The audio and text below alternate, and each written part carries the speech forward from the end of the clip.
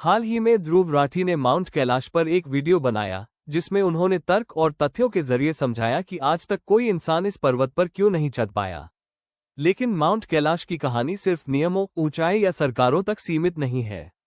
ये कहानी शुरू होती है आस्था से और खत्म होती है रहस्य पर।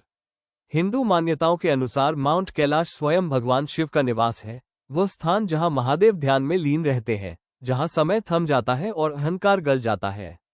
यही कारण है कि हजारों वर्षों से ऋषि, मुनि और भक्त इस पर्वत पर चढ़ने का साहस नहीं करते, बल्कि इसकी परिक्रमा करके अपने जीवन को धन्य मानते हैं।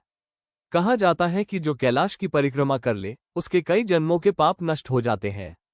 रहस्य तब और गहरा हो जाता है जब हम जानते हैं कि इस एक पर्वत के पास से 4 महान नदियां निकलती हैं, सिंधु, ब्रह्मपुत्र, सतलुज और कर्णाली, मानो स्वयं शिव ने पृथ्वी को जीवन देने के लिए जल की धाराएं छोड़ दी हों।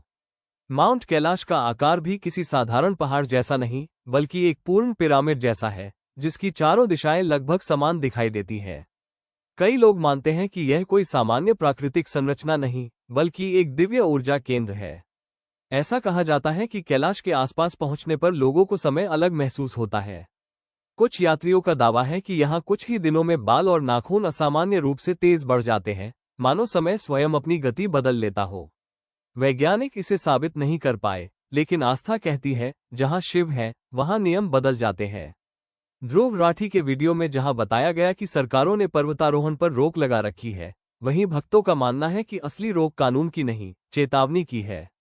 जो स्थान ईश्वर का निवास हो, वहां मानव का अहंकार नहीं, केवल समर्पण ही पहुंच सकता है। शायद इसी कारण माउंट कैलाश आज भी अछूता है।